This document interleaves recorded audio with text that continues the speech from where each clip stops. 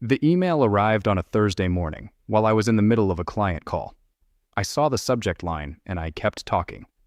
I finished the call. I set my coffee down carefully, the way you move when your body understands something your brain hasn't caught up to yet. The email was from our company's bank. It was a notification that the authorized signatories on the business account had been updated. My name had been removed. I owned 49% of the company I had built from a Google Doc and $3,000 in a savings account. I had been the one who found the clients, wrote the proposals, delivered the work, hired the staff, and kept the lights on through 2 years when we were so tight that I paid myself in 3-month arrears. And I had just been removed from my own bank account. I sat very still for a moment. Then I called my brother. He didn't answer. That told me everything. Hello and welcome. Before we get into this, please subscribe if you haven't yet. It's the best thing you can do to support this channel, and it costs you nothing. Hit the bell too, so you never miss a story. Now, let me tell you how a 3-year con I didn't see coming almost cost me everything I had built, and what happened when I figured it out. My name is Marcus. I'm 38. I spent most of my 20s working in logistics consulting, the unsexy business of helping mid-sized companies move things more efficiently. I was good at it. Not brilliant, not revolutionary, but good. Patient, methodical, the kind of person who notices the details that other people skim. My brother's name is Calvin. He's 3 years older than me.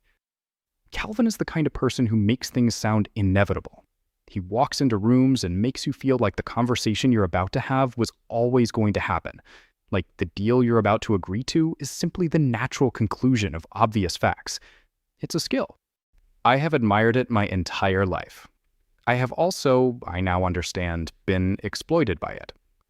In 2019, I had the idea for the company, the actual specific idea. I'd been watching a gap in our industry for 2 years. Mid-sized e-commerce companies were growing fast, but their supply chain infrastructure wasn't keeping up, and the big consultancies were too expensive and too slow for that tier of client. There was a real business in the space between too small for enterprise and too complex for DIY. I wrote the whole thing down over a weekend, 38 pages. Market analysis, service design, pricing model, a target client list I'd built from LinkedIn over 4 months. I called Calvin on a Sunday night and I read him the summary. He said, "Marcus, this is the one." We set it up as a formal partnership, 50-50, split right down the middle. My idea, my client relationships, my industry knowledge, but Calvin had something I genuinely needed. He had capital. Not enormous capital, but real capital. He put in $60,000. I put in $22,000 and all the sweat equity. We hired a lawyer, we drew up a partnership agreement, we divided responsibilities clearly on paper. I ran operations and client delivery, Calvin handled finance and business development. For the first year, it worked. I will not pretend it didn't work, because it did. Calvin was good on the phone with prospects. He closed 3 of our first 5 clients himself.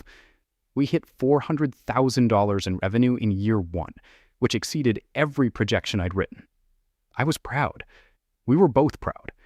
We went to dinner and split a bottle of wine that cost more than our first month's rent on the office. And Calvin put his hand on my shoulder and said, "We're going to build something real, little brother." I believed him.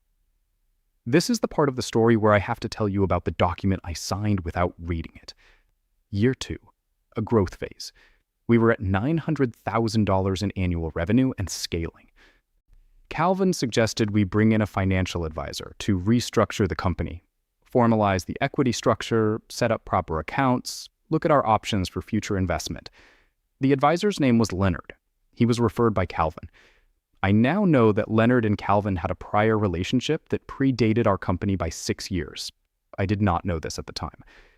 Leonard was professional, thorough, and exactly competent enough to be convincing. He produced a package of restructuring documents. There were 11 of them. He walked us through them in a conference room over 2 hours. I read 7 of them carefully. 3 I skimmed because Leonard's explanations were thorough and I was tired. We were in the middle of a major client delivery and I'd slept 5 hours the previous night. 1 I didn't read at all. Leonard described it as a standard operating agreement amendment clarifying decision-making authority. He said it was boilerplate for entities at our stage. I signed it. I should tell you what it actually said. It said that in operational decisions above $50,000, Calvin's signature alone would suffice. It said that in financing decisions, Calvin would have primary authority. It said that equity reallocation could be triggered by a mutual agreement clause, and that mutual was defined as majority operational authority, which was now Calvin.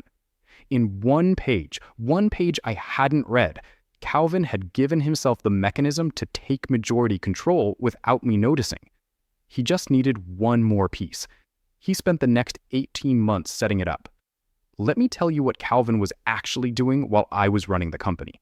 He was cultivating a relationship with a man named Raymond, who was his wife's uncle and a private equity guy with money to place. Raymond had been looking for a vehicle. Calvin had been positioning our company as that vehicle. What Calvin had told Raymond, that he, Calvin, was the architect of the company's success. That his partner, his younger brother, was a good operator, but not a strategic thinker. That the company was ready to scale, but needed real leadership to do it. What Calvin had not told Raymond, that the company existed because of me. That every client we had came from relationships I had built. That our proprietary methodology, the thing that made us different, was something I had developed over 7 years in the industry before Calvin and I ever spoke about going into business together. Calvin brought Raymond in as an investor, $300,000, in exchange for, and this is where the document I hadn't read did its work, a 22% equity stake. Under the terms of the amended operating agreement, Calvin had the authority to execute this transaction. My stake had just gone from 50% to 39%. Calvin now held 51% between his share and Raymond's. Majority control. He had been building this for 18 months. And he had done it while sitting across from me at our weekly leadership meetings, discussing client strategy, asking me how my kids were. I want to be very clear about something. I did not find out about this because of the bank email. I found out about this because of a phone call I was not supposed to hear. It was a Thursday evening. I had stayed late in the office. Everyone else had gone home. I was in the kitchen making coffee when Calvin came back for something he'd forgotten. His phone to his ear, talking loudly in the way people talk when they believe they're alone in a building. He was talking to Raymond. He said, and I stood very still with the coffee maker humming, and I listened to every word. He said, "The transition is almost ready. We remove him from the accounts this week. He can stay on as operations director if he wants, but the equity conversation is done. He signed everything." A pause. He won't fight it. He's not that kind of guy. Another pause. I know it's his idea, but ideas aren't equity, Raymond. Paper is equity, and the paper is mine. I didn't move until I heard the front door close. Then I called my lawyer. My lawyer, a woman named Patricia, who I had originally hired to do routine contract work, and who turned out to be extraordinary under pressure, spent one weekend reading every document from our company's formation. She called me Sunday night. She said, "The good news is he made mistakes." The operating agreement amendment had been structured to give Calvin authority, but it had a flaw. The equity reallocation clause required written notice to all partners before execution. Calvin had not provided written notice to me before bringing Raymond in. He had simply done it and recorded it internally. This was a material breach of the agreement. More significantly, the original partnership agreement, the one we had both signed with full attention in year one, contained a clause stating that any amendment to equity structure required unanimous written consent of all original partners. Calvin's lawyer had apparently missed it, or gambled that I wouldn't find it. Patricia said, "He doesn't have 51%. He has 39% and a potential claim for breach of contract." I sat with that for a long time. Then I said, "What do I do?" She said, "You do it quietly and you do it fast." Here's what I did. First, I reached out to Raymond directly, not through Calvin. I requested a meeting as a co-founder of the company. He agreed, I think out of curiosity more than anything else. I showed Raymond the original partnership agreement. I showed him the clause Calvin's amendment had violated. I showed him Patricia's legal analysis. Then I said, the investment you made isn't valid. Calvin didn't have the authority to make it. You own 0% of this company right now, and you're exposed to a breach of contract claim. Or, I paused, you assign your stake back to me at cost. I reimburse your $300,000, we put a legal release in place, and this never happened. Raymond was quiet for a very long time. He said, he told me you signed off on all of this. I said, he told you a lot of things. Raymond took the deal. Second, I called a company meeting. Calvin, me, our CFO, our head of operations. I walked in with Patricia. I put the original partnership agreement on the table. I showed Calvin the breach.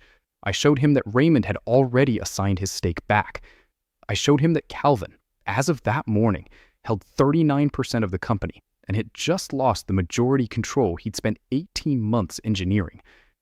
Calvin looked at the documents. He looked at me. He tried to talk. I let him try. Then Patricia said, very calmly, your client has two options: a negotiated exit at fair market valuation or litigation, in which case the breach documentation, the undisclosed prior relationship with the investor, and the fraudulent characterization of the operating amendment will all become part of the public record. Calvin looked at his hands. He took option one. We had the company valued by an independent firm. Calvin's 39% came out to $780,000 at the time of devaluation. I bought him out. I will be honest with you, I could not entirely cover it myself. I took on a line of credit and brought in a small group of investors, people I had chosen, people who knew the company's actual story, people whose terms I had negotiated myself. It took 8 months to close the transaction. During those 8 months, Calvin and I were in the same building twice a week.